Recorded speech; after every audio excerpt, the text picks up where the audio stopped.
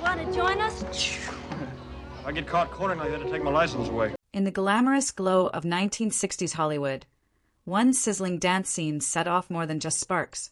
Elvis Presley and Ann-Margret's chemistry in Viva Las Vegas was legendary. But behind the rhythm, there may have been a silent power struggle. Was their on-screen magic a cover for a real-life rivalry brewing beneath the surface?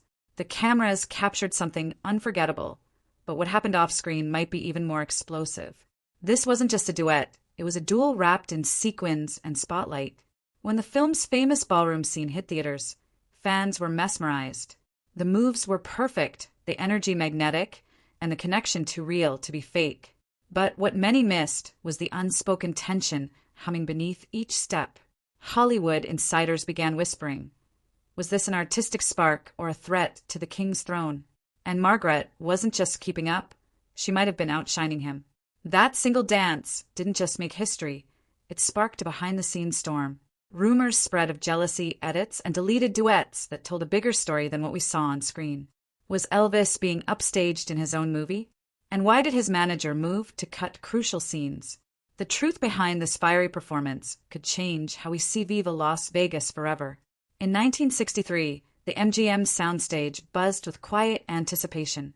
Elvis Presley, the undisputed king, was about to meet Ann-Margret, a rising force whose talent was anything but ordinary.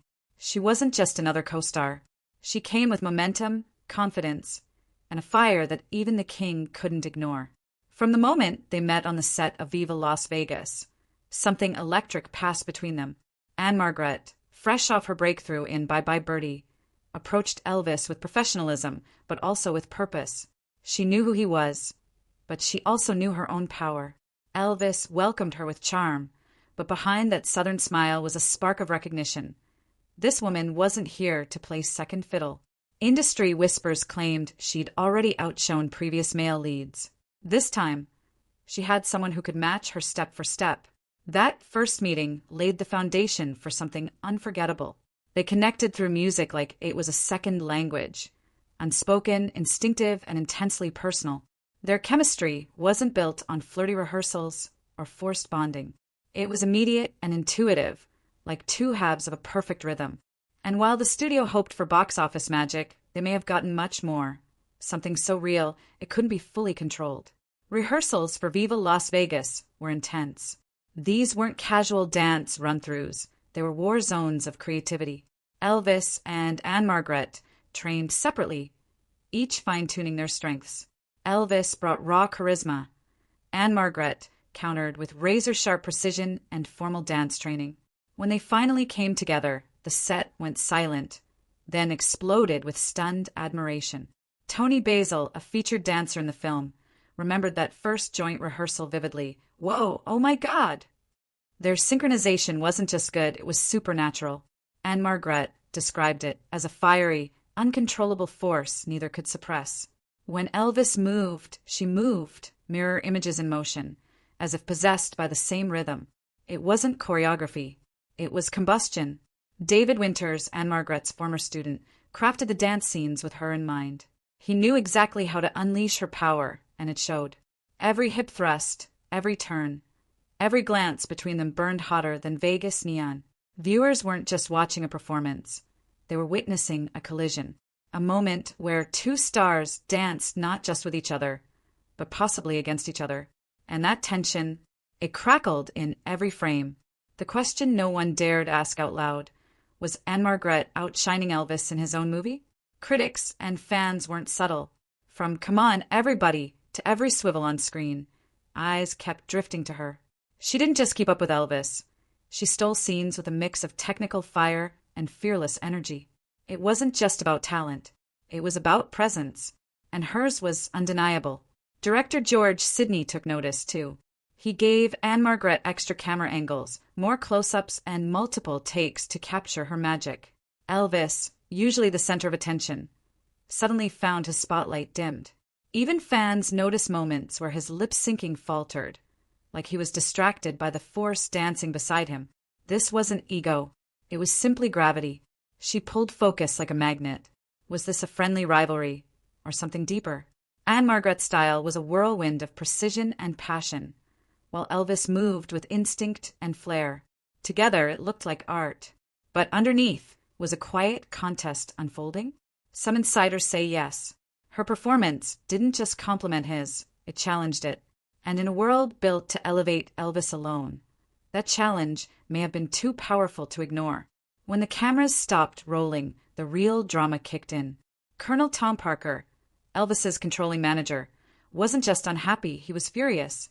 He believed director George Sidney was giving Ann-Margret too much attention. Too many close-ups. Too many dance retakes.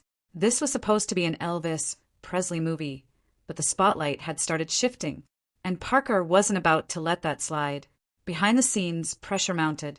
Rumors swirled that Parker demanded entire scenes be cut, especially the romantic duets. You're the Boss and Today, Tomorrow, and Forever were filmed with care but vanished from the final edit. Those weren't just cuts. They were strategic silences. Evidence suggests Parker saw Ann-Margret as a rising threat, someone who could outshine Elvis in the one arena he ruled, performance. Even Elvis reportedly voiced concerns that he was being sidelined. Whether from his own feelings or Parker's influence, it's unclear.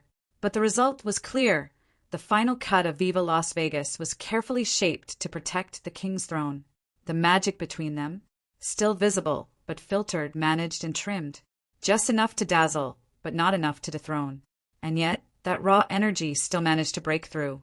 Despite the edits, the rivalry, and the backstage politics, something unforgettable remained. That dance, that moment, they couldn't cut the connection. Fans still debate it to this day. Was it just acting or something deeper? Elvis and Ann-Margret moved like soulmates in motion. Perfect rhythm, perfect tension. Even silence scenes couldn't erase what the camera had already captured. Ann-Margret called Elvis her soulmate, not in the fairy tale sense, but in something deeper, someone who simply understood her. Their bond lasted well beyond the film. Each time she headlined Vegas, a floral guitar arrived backstage. Elvis's silent tribute. No press, no performance, just a quiet gesture that echoed louder than any spotlight. Their story didn't end in romance, but it never really ended at all. So now, when you watch Viva Las Vegas, look again. Look at the glances, the fire behind the footwork, the scenes that feel too real to be fiction. This wasn't just two stars dancing. It was a collision of talent, of ego, of fate. And maybe, just maybe, that one dance said more than 1,000 love scenes ever could. The king may have ruled the stage, but Ann-Margret made it shake.